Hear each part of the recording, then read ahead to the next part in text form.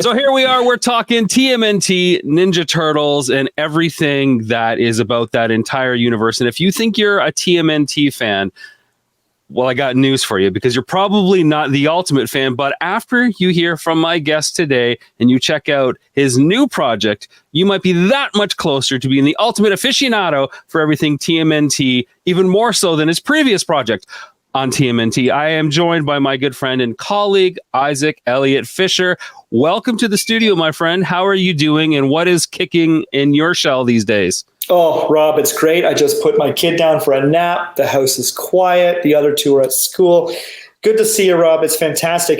We hopefully will bring even more enriched experience to the turtle fandom this time. Actually, it's inevitable. We're giving them everything. We're just giving them everything. So you're part of the original team that was responsible for creating a doc in 2014, I believe, called Turtle Power. It was picked up by Paramount and distributed all over the world, and TMNT fans had never seen anything like this. Not only did you get to meet Kevin and Peter, of course, the co-creators responsible for Turtles, you got to see their archives. You got to meet with everybody behind every facet and angle behind the Turtle brand. It was a remarkable story. It's one of my favorite docs, and you're at it again. Is this a sequel? Does this cover the same stuff? Is it a bit of recap? Is it just kind of a little bit of a nod to the other thing? Where are we? And tell me how this new project piggybacks off of the old one. Well, it's fantastic, Rob, and thanks for the kind words, because, I mean, really it is, in a way, it's kind of all of the above, because we never really stopped filming. Like, we finished Turtle Power 2, Turtle Power 1, it took 5 years to shoot it. So we started 15 years ago now. And at the end of it, like literally on the day we delivered it to Paramount for quality control, was the day we were filming with Kevin and Peter when they were signing for the first time again together after 20 years in Rochester, New York. And we were then close to Dover, New Hampshire the next day. So we had made a deal with Paramount at that moment where we were allowed to film some or insert some filmed shots, but we couldn't add more audio. We could only put in these shots of Kevin and Peter signing, because it made for a nice ending. But what we couldn't predict was that second day, we actually all went together down to Dover after discussing it with them, where their house was, and we filmed this reunion, this first ever. They had been spending the last 2 days together signing, but it was that third day where we went to Dover and they walked onto this property where the house used to be, where they invented the Ninja Turtles. And I said, we can't put this in the film, but we're going to put microphones on you anyway, and just go ahead and walk around. And they walked around for over an hour, and it was this beautiful,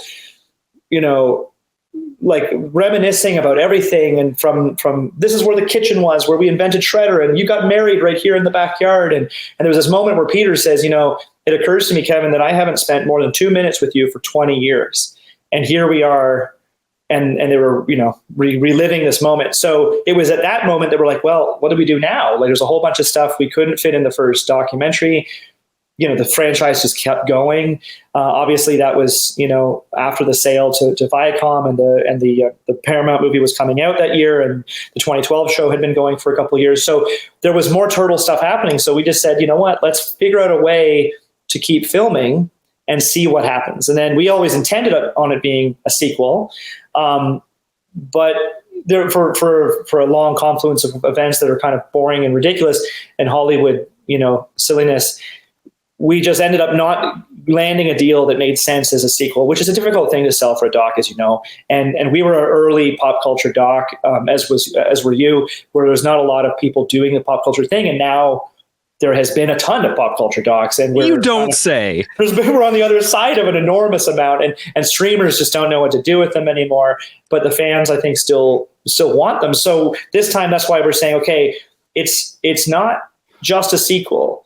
That's why we've kind of retitled it and rebranded it, because even utilizing the footage of Kevin and Peter reuniting was a great way to retell and refresh the origin story in a new way. So then let's start from there and then do something massive, like a 4-hour series or more. And let's go through decade by decade, and we'll retell everything that we had said in the first from a different angle, and we'll add all this new stuff. And we've never stopped shooting, like I said. So we have a whole bunch of new stuff. And then in addition to that, we're literally saying, okay, since this is kind of like a, big last hurrah for us, why don't we take all of the archives, all the VHS tapes, all the stuff we've collected for 15 years, and we'll add that as raw, untouched, unedited bonus features, and just go, here's like a huge set. Here's all the discs.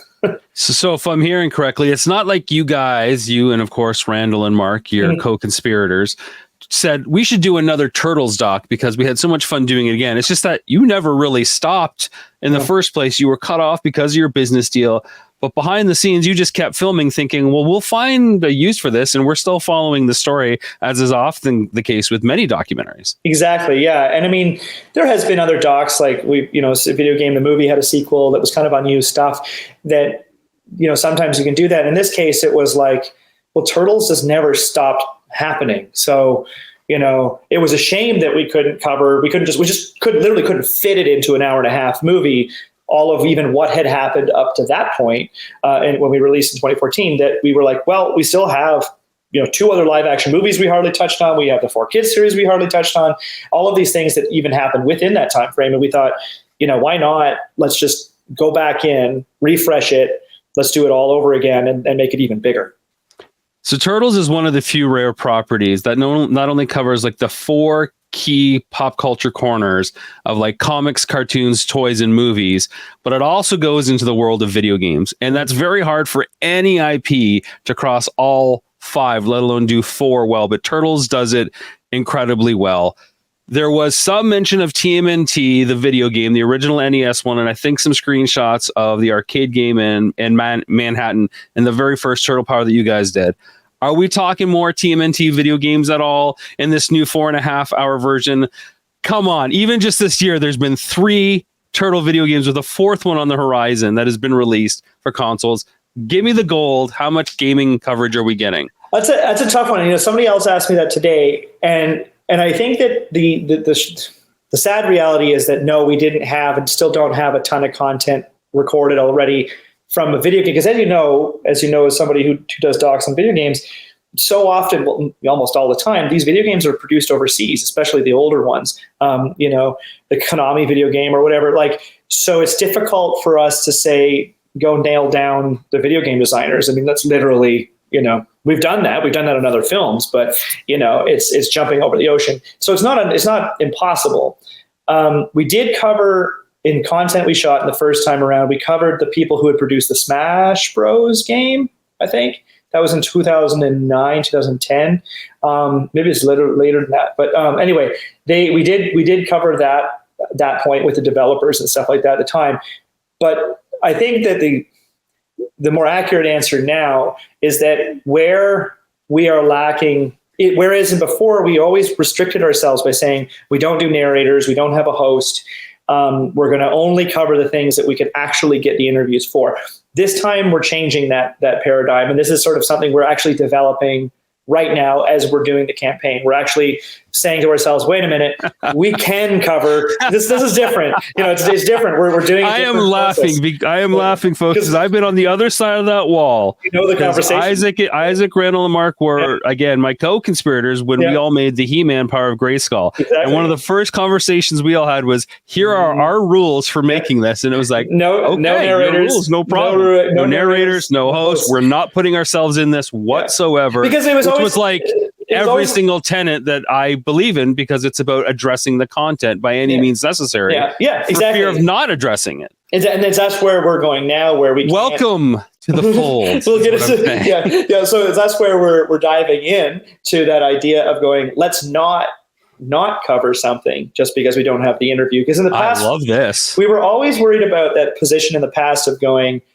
if all of a sudden we cut away to, I mean, and there are other doc series of which will remained unnamed that you can, which is really frustrating because then oftentimes you'll see, man, they got this person. They actually did get this person on camera, but then they choose not to use what they said and instead cut to a narrator saying what that person would have said. And I'm like, well, wouldn't it have been better if we heard Lloyd Kaufman talk about Toxic Crusaders rather than making a fool of him and then cutting away and then having a narrator say something, right? So you go, I would rather hear it from the horse's mouth. Well, we all have our own rules. We all have our own rules, I guess. Right. And I mean, like, here's the thing is, like, the truth is we will always try to have it from the horse. So if I can track down the video, sure. right? If I track down, here's what I'm going to suggest for you. What I'm going to suggest for you. We haven't got to your campaign yet. It's doing incredibly well. You are past the initial funding goal. We know that we can only benefit more the more it goes. I think you should introduce a stretch goal, maybe team up with some other filmmakers that to specifically take on video game stuff and break down 100%. The evolution of TMNT video games throughout the years. 100%. And I mean, like I say, we're going to cover it anyway. But to your point, there is a stretch goal there already, which is maybe pretty high. But it is a stretch goal to say we're just going to keep shooting. We'll hit it. We'll do another tour. We'll go out there, hit the road again. But even if we don't do that, we are still shooting. Like, I literally shot a brand new interview for it like last weekend. So like, we are still shooting, and we'll continue to shoot during the finishing of it, because as you know, you ramp back into something, realize all the holes you have, and go, I can find this, I can find that, I'll phone that person up. And nowadays we're also like giving ourselves, and this was obviously through the pandemic too, is that we gave ourselves a bit of a break, and we said, let's do some remote interviews. Let's go ahead and shoot them on Zoom and stuff like that, and we'll bring that content in regardless of going out there and setting it up. So, and in some of those we're reshooting, like we shot Ben Bishop that way, we shot Kevin Simbaeta that way, and then now we're recapturing those in person because we can do that. And actually, the crazy thing is Palladium Books is like a 2-hour drive from us. This is way closer than we thought it was. Right. So again, just to recap for everybody that's watching, this is part of a new Kickstarter that is hitting called TMNT Evolutions, Mutations, and Reboot. Is that it? Right. Did I get that right? Okay. Yeah.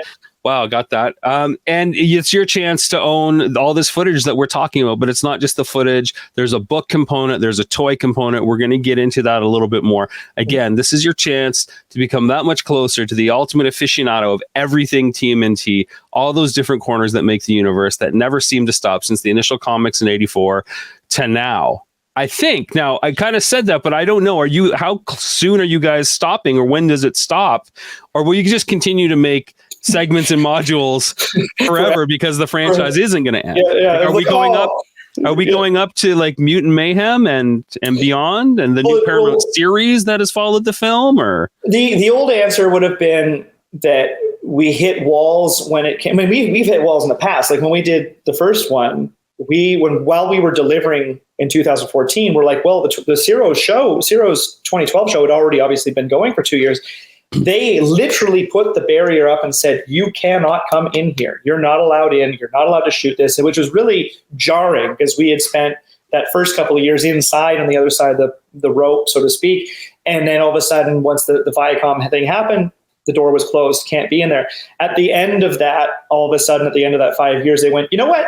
Come on in. And they like opened the door, and as you were there, like they opened the door, and we were all of a sudden inside Nickelodeon. So not to say that couldn't happen with time, because that happened with the Paramount films. They didn't really want us to talk about them. Even the director and other people we had approached, they were like, the fans don't like this. Let's not do it. Now with time, I think some of those people will warm up to say, you know what?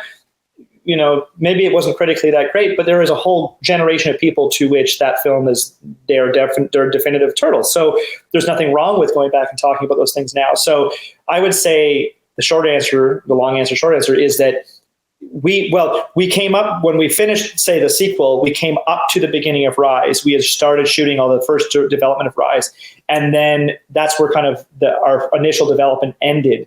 And now, where we are now, we'll probably try our best to draw as many people out from the iterations that have happened since then. But even when Mutant Mayhem was going on, they're super tight-lipped. They don't want to talk about it. You can't get in. But maybe now, with a year or two after the fact, we can probably, include more of that. And I mean, some of this, like even like I'm saying to you right now, as we kind of change our perspective, is also largely influenced by the remix culture that is, YouTube, right? Where that has definitely had a massive impact on distributors' willingness to purchase what we make, because they know the audience is going, why would I subscribe to the golf channel? I can watch every golf review or tip or trick for free right here on YouTube. Why would I go and buy a documentary when there's 72 documentaries on the same subject that are basically video essays of varying quality on YouTube. So I started reaching out directly to some of these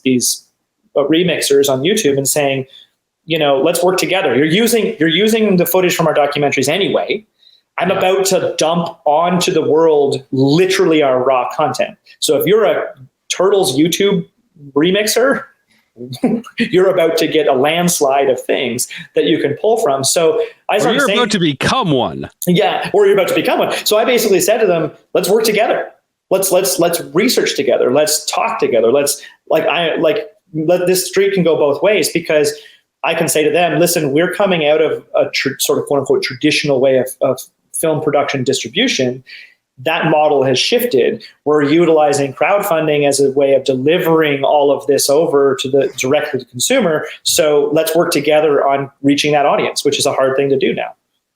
You mentioned that the bonus materials, a lot of it is going to be made up of this archival footage that you've had for almost a decade, if not longer now, just sitting, and you're going to basically give it to people. As you said, you're going to dump all this archival stuff and share it out with the world. For the actual documentary, the 4 hours or however long it ends up being, what is the format of that? Is it episodic? Is it 6 episodes? Is it a series of 1 hour episodes? How have you decided to break that up? What is that viewing experience that we can expect? Yeah. So, I mean, up until now, the edit that has existed was essentially 4 1 hours.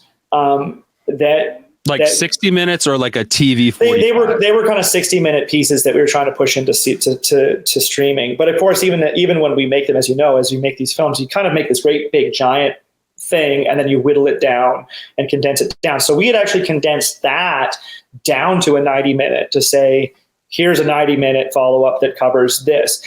That's sort of a separate product. We set that aside. So as it stands for a viewing experience, we do want to divide it up into digestible chunks. So obviously, this being the 40th anniversary right now, the thinking is you divide it into 4 decades. And here's your 4 decades of turtle craze, and then you try to make peak valleys between those 4 chunks, and then you have something you can actually sit and also fit onto discs. Because, I mean, we're all physically going to run out of space.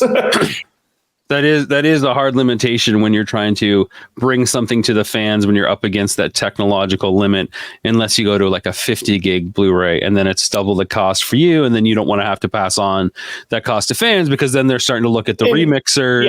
And it's like, where's that sweet spot? And that's exactly where we are with the campaign. And it's exactly where some people do come to the campaign or onto commentary, and they get frustrated and they say, well, how come you're charging this much for the movie? And I'm like, have you, go to Walmart and look at the price of, a season of your favorite TV show. It's not that dissimilar, because you're talking about literally the physical cost to produce the product. And like you said, like how much expensive is the multi-layered discs? We're already looking at we looked at that obviously in advance to say, yeah, we're going to have to use multi-layered discs. We're going to have to do this many of them. There's just, to be honest with you, I don't even have a finite number, like an hour number of how many hours the bonus features really are, because like I can say to you that the piece we shared with Pixel Dan, for instance, that he shared a bunch of stuff on the weekend, this past weekend. So he shared one of our favorite pieces of archive, which was the Peter and Kevin meetings at Playmates. That piece is 1 hour and 45 minutes, right? That's one archive piece of many.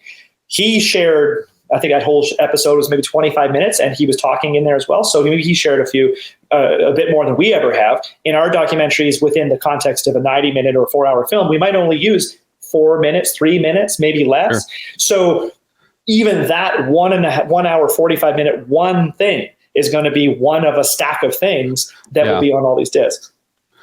Yeah, it gets really complicated. I mean, there is just a physical cost to doing these things. I mean, the hard cost of a Blu-ray, let's say it's $5 American, and we're Canadian filmmakers, that's like $7 Canadian. Yeah. You're talking a 4-disc set, that's $30 Canadian, plus packaging, plus shipping.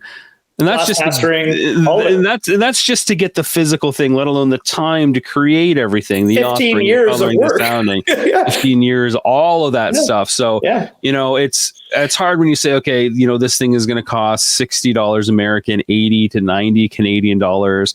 Yep. But again, like you said, a television show is this long. We're not making television shows with Hollywood that give us budgets to do any of this stuff. And this is kind of like your exclusive chance to get it now while it's there. And there's not going to be many discs available after the fact. Like me, you guys are probably going to print to like the closest price break. If you need 300 discs, but you got to order 400 to save 10%, you'll have those extra 100 discs for backers. If there's a malfunction or something, they send it out, some press review copies, and then you're left with like 20. I think that was the case for Power of Grayskull. We each got like 5 copies because we didn't have anywhere else to give them to. And that's all that's on the market. And even Paramount, like even Paramount Pictures, when they put out the first one, they only did a DVD. We kind of assumed naively, because I mean, how many people have even sold to Paramount other than Rodriguez? I can't think of many. And they're like, we thought, okay, we'll get a box. Well, they sent us 5. Yeah. Right. They sent you 5. And then when we remember, you'll remember this, but when we did the Masters of the Universe Kickstarter, we put in that campaign that we would provide a disc copy of Turtle Power and a disc copy of Nintendo Quest. Yeah. And you had your Nintendo Quest discs, but we're like, well, I guess we'll just order some more from Paramount. So we phoned up Paramount. They're like, no, we did 1 print run and they're gone. There are none. And my favorite part of this is that, if you remember the story, is that we were like, well, one of the meetings we had at Paramount lot, there's a coffee shop, and in the coffee shop at Paramount, you can buy a t-shirt and a pen and some stuff with Paramount, and they had all their movies on the shelf that they distribute. And one of them, there was a Turtle Power on the shelf. So Randall calls the coffee shop on the Paramount lot, because we were desperately needing discs. Amazon was sold out. We had none to deliver to the Kickstarter backers for Power Grayskull. And so he calls the coffee shop guy, goes, oh yeah, it's one of my favorite docs. I think there's a box here in the back. And he bought them, the employee bought them with his employee discount, took them to a real coffee shop off the lot, and had sold them to Randall in a parking lot. And it's like, that's Randall's superhuman ability, like the ins and outs of coffee shops in LA. Yeah. And it's like, so we bought the backdoor sold like last ones. So like people will be saying on our Kickstarter, why is it so expensive to get, this, sorry, my phone's ringing. Why is it so expensive to get this, a copy of the first one? Well, they're not in print, they're gone. They're out of print. So, and this is the other reason to support physical media, right? Because how many times have we, experienced going on Netflix or Amazon, and that license period is over for our favorite film, or we can't find it anywhere. Not even to purchase via, iTunes or Apple TV or whatever it's called now. You need that physical media to go back and watch it. So even if it feels a little bit pricey now, there's an independent creator level that you're helping to support, and you guarantee access forever. Yeah. And forever. Even when you go into the macroeconomics of it, when you think of, like you're saying, these big companies aren't ordering from producers that many discs anymore. So for us to go to those producers and say we need 5,000 or 2,000 or whatever, their prices have gone up because they don't sell hundreds of millions of copies of things anymore. So yeah, like the prices for physical media keep going up because nobody is buying it. And to your point, like how many times have we all run into the streaming scenario? Dark Crystal, one of them, they didn't do a disc set. So once it's gone, it's gone. It's not even there. It kills me that there's not even a Blu-ray version of Turtle Power. Yeah, exactly. Yeah, and people have said, "Can you release one?" It's like, well, no, technically we can't, because it's not. We've licensed that to Paramount. That's their technically. Film. Technically, it may be a hidden Easter egg on our Blu-ray for TMNT. There are Evolutions, Mutations, and Reboot. We're pushing the limits, that's for sure, of all this. Because when you look at the book and you look at the we're not doing a history book. We're doing a history book of us, right? Yeah. I want to talk about that book. I mean, I asked you about the format of the documentary. Does the book follow the decade kind of experience, or is it kind of a little bit different? Is it more just linear and kind of what you got? Is it transcribed interviews? Is it just pictures of stuff that you had? Where does the content come from, and what's that reading experience? It's a bit, Randall's better at answering the reading experience because he'll be writing the book primarily. I'll be part of that process, but he actually has a chapter layout, and if I'm not mistaken, it might be in the Kickstarter campaign. I have to go look at it. But I believe that there's one there. But anyway, the idea that it is more looking at, it is sort of like a read along. So you do have the chat, like the development of the property, but it really digs into that evolutionary transition between new people coming in. We're also opening up the pages to people within the commentator community and the expert community and those who worked on the project to actually add their voices to it. Other people can write pages in the book, and then as much visual. That's great labor. That's great cheap labor. Don't tell them.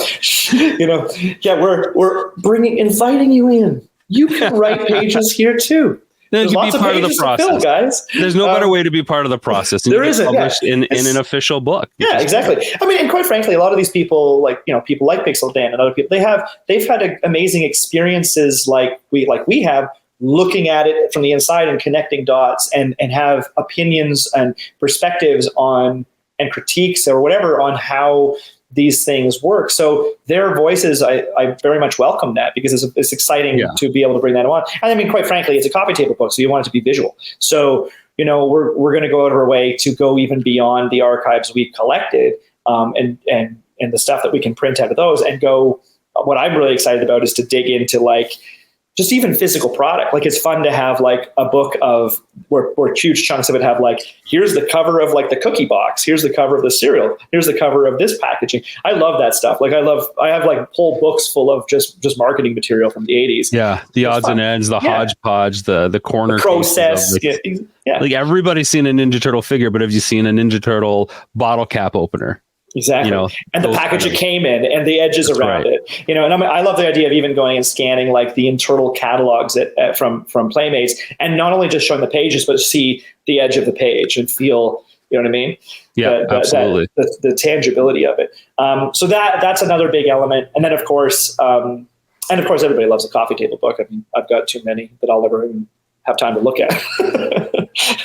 But you'll want to look at this one as the sales pitch that Isaac meant to share with everyone. We'll just buy them anyway and put them on the coffee table. It holds the coffee table down. Now, the big question everybody wants to know, because I think I've talked about it once or twice, certainly within my group of pop culture friends, is I was there at least on one day while you guys were shooting material, because we were filming Power of Grayskull in LA. We were waiting for appointments to line up. And we had to go to Nickelodeon for something. I remember carrying gear for you and blocking traffic while you were filming something. And I got to meet Rob Paulson and Andrea Romano, which wasn't horrible.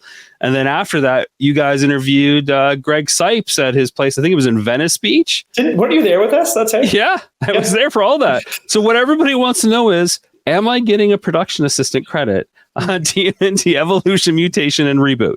It all depends on my memory, because it's pretty foggy at this point.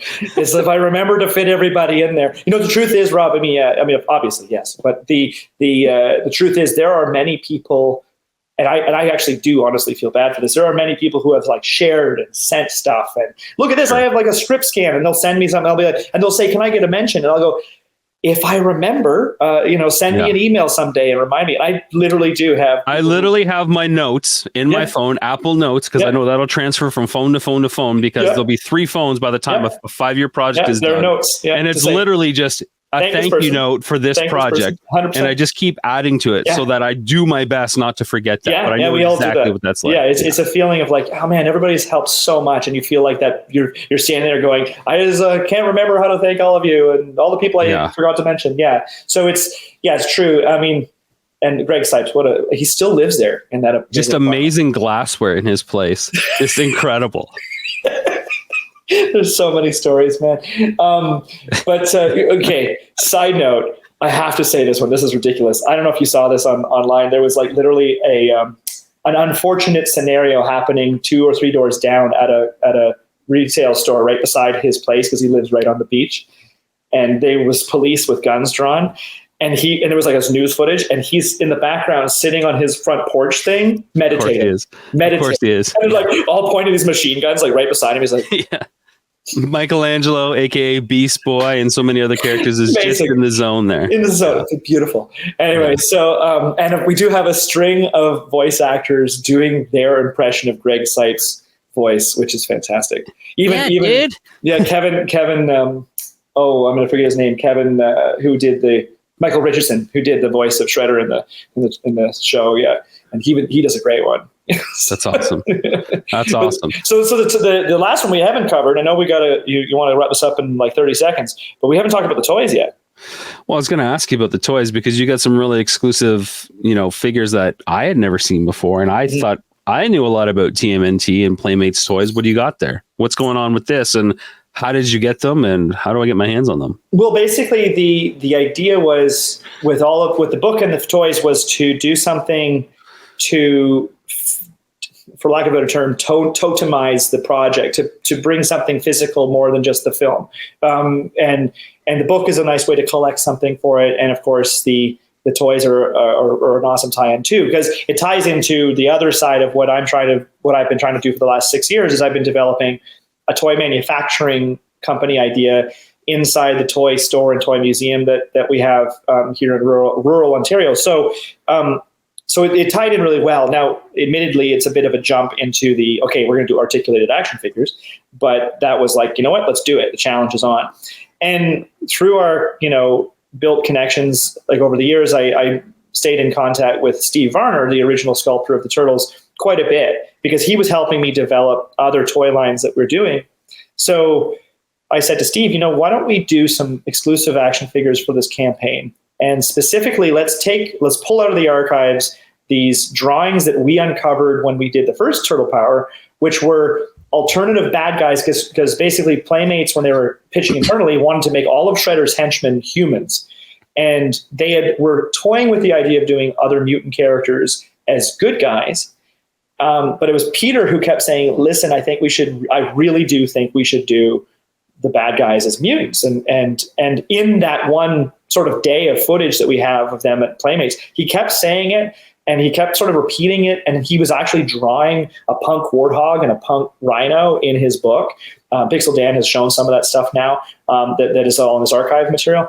And so we had that in the first documentary. We had uncovered this whole other universe of characters. There was like a face in the wall of the sewer, and all the bad guys were like wacky action dudes. One had like a big snot gun with tubes coming out of his nose. And there was a football player with a robot leg and a mechanic with a wrench arm that spun around. So we said, okay, let's do some of those alternate universe, our takes on an alternate universe, what if Turtles had gone this direction? Because had they gone that direction, that would have been the cartoon, it would have been the toy line, it would have been the merchandising, would have all had, instead of Bebop and Rocksteady, you'd have had Snot Gun Guy and Puntor and all these names that they had, right? Which sounds very He-Man, doesn't it? Puntor. Say Puntor. Yeah, that's literally what they called him. They actually had the guys say in the meeting, we should call him Ballbuster, and he said, no, we should call him Puntor. It's weird. Anyway, Merman, right? Seaman. Whoa, man. But the idea is that we wanted to do this alternate universe figures done in the Playmate style with Steve Varner. And then, of course, as a natural extension to that, because we can ask them, hey, Kevin, hey, Peter, why don't we do toys of you in the Playmate style, in this kind of, the chunky Playmates thing. So far, people have only seen the prototypes that Steve Varner did in this very human proportion. We're actually, right now as we speak, we should probably in the next 24 to 48 hours start seeing our Playmates proportion version. And the reason, and actually this is a new thing that we're going to add to the campaign partway through, hopefully soon, is that we're going to take the human proportion figures, do them in a natural stance, maybe back to back with the two of them on a base, and do proper 10 or 12 inch faux bronze statues. We'll do faux bronze for the main one, and then if you really want to pay for it, because it is bonkers expensive, I didn't realize, to do a real bronze statue. I was like, because I called up the foundry I work with for our tooling, and I was like, hey, what's it going to cost to make like a 10-inch statue? And the number he said, I almost fell off my chair. I was like, oh, that's the cost to do one, is it? Great. Yeah. So we can do casting to make the bronze finish, but there'll be resin. But we'll do resin cast statues in that kind of human form, and then or more naturalistic sculpt, and then the Playmates toys ones, which are on the card. And I know a lot of people are frustrated we didn't get more of the card back signed by Kevin and Peter. That was more of an issue with, not an issue, but we had sort of said to Peter, how many would he be comfortable us sending him? We'd come up with a number, and we may or may not be able to get a little bit more, but Peter's hard to get because he doesn't do shows. So so it's so we're doing that, and then we're actually offering this week, which will be an announcement probably tonight or tomorrow, as we'll be doing signed by Steve Varner as a different tier. That's cool. Yeah, that's really cool. All right, I want you to highlight your 3 favorite rewards from this campaign, Anybody that's a part of this campaign is going to get to absorb this information at varying levels, depending on how deep you go, and get to own that experience. I definitely recommend at least the documentary so that you can watch it over and over and over again, or the book. And I know you guys are allowing people to bundle and mix and match all the different stuff that you get out there, because it's a lot to juggle. But I want to hear your 3 favorite things, whether you can combine them or not, that people should consider when it comes to this campaign, this limited campaign that as of this recording only has 3 weeks left. Exactly. Yeah, we're running out of time, so to speak. There's a lot of good stuff, and like you pointed out, like, you can get just access to a digital screening room, which is very affordable, and you get to still watch it. And even at that level, you can then option in to get just the book or one of the figures or whatever. Like you can build your card. I find that Kickstarter doesn't surface that very well. You're right. That once you get one thing, you have this web and this branch that you can go to get all this other stuff. It's almost hidden behind a garden wall. It is 100%. And I feel like I am sure we have lost backers as a result of exactly what you just said, is that it is confusing for a lot of people. And I do feel like we're constantly servicing, as I know you're constantly servicing that information to go like, hey, yes, you can do this. Yeah. Because I mean, so many people will come on and comment, oh my God, even to get the figures, you have to back at this as a very high tier. And I'm going, nope, no, you could literally just get a screening room and you can get just one figure if you want. And it's like the options are there, but like you say, you have to, because as you know, and this is like going into the weeds, but it's like, you don't want to make it so you have 20 different menu options. You want to reduce that menu down to a reasonable place, like you're going to a restaurant, right? I don't want to look at 30,000 different, how many variations of food can I get? But then to have that second page of the menu to go, here's all the sides that you can add to your menu, but they don't show that to you until you've backed one of those. Then you can see. So that's why the first tier is like at $1, you can build your own cart. And it's supposed to imply that you could go in and get anything you want. Yeah, no, it's tough. All right. So your 3 favorite rewards, what should people get? That you basically cover the top 3. It's Kevin and Peter as toys. Then I would say the bonus features, because it's insane. And then to be honest, I'd have to say the film, even though I'm a book guy, I love to have the books, but the film is going to be, you need the reward, you need the bonus features in the film to go.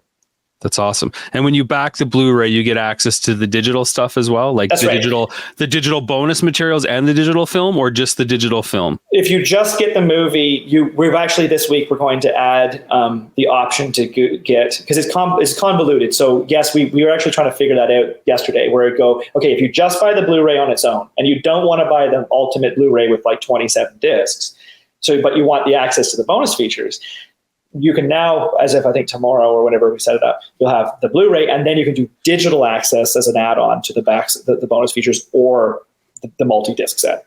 Cool. Awesome. Well, that gets my vote for sure, because then at least you get to absorb all this stuff in an easy to manage way. But man, I tell you, if you've got the shelf space and a few extra bucks, why not get one of those toys, especially a card back signed by Kevin Eastman and Peter Laird, the 2 gents that started this entire universe. Those sold out in 5 minutes. Well, I mean, it's still cool, but you might be adding more, you said. Who knows? And if you can't do that, Steve Varner's autograph is there. Maybe even if you could just get Kevin to sign some stuff. I mean, his autograph alone is pretty cool, right? Yeah, exactly. So, and I mean, and one of the things we're going to try to do is to do it so that you can, a lot of people have asked this, can we do the blister pack so it's removable? So maybe we'll either do the slip sleeve or something like that. No, make them choose. So? Either have it loose or have it with the card. There you go. Right. There you go. And get it super convoluted so you have an add-ons where it's only like $5 less to add a second one. We'll just confuse the crowd. Thank you for helping us spread the confusing information. Yeah, it's not super fluid, unfortunately. But folks, stick with it. Have the patience. Reach out to the campaign. I'm sure they're super responsive with your questions. And worst case scenario, start with that $1 to back the whole campaign, and then open up all the add-ons and build however you want. It'll work out to the same cost. Exactly. And then you'll be on board and getting that much closer to being the ultimate TMNT aficionado. You'll probably grow your own shell and wake up to a bandana on your pillow. Absolutely. And we'll be singing Coming Out of Our Shells. Probably not. Favorite turtle? Who's your favorite turtle? Oh, I could never choose one. You got to. Donatello, because he was my first toy that I bought. That's pretty awesome. Okay. Any favorite video game memories you got of playing Turtles? The just how impossible that first Nintendo one was. Is it the most sold Nintendo game like of all time? And the fact that the theme song. No, it's not, but it's done very well. It was one of the yeah, and the theme song to it is the ringtone on my phone, so I'm always listening to the opening of that. Awesome. Well, thanks for taking the time again. Check out TMNT, Evolution, Mutation, and Reboot now on Kickstarter for the next few weeks. Maybe there'll be a Slacker backer campaign to get 1 or 2 rewards after. You're going to have to wait and see, but don't miss out while you can because those prices will go up for sure. Isaac, thanks for taking the time to talk Ninja Turtles. Thank you, Rob, for having me on. I really appreciate it. It's awesome to be able to spread the word and help even clarify some things. So I hope we can do that. And I look forward to more video game related Ninja Turtle stuff being added on, even if it's through community experts to help get that out there. Now that we're throwing the rules out the window and back into Dimension X. Thanks, everyone. Cheers.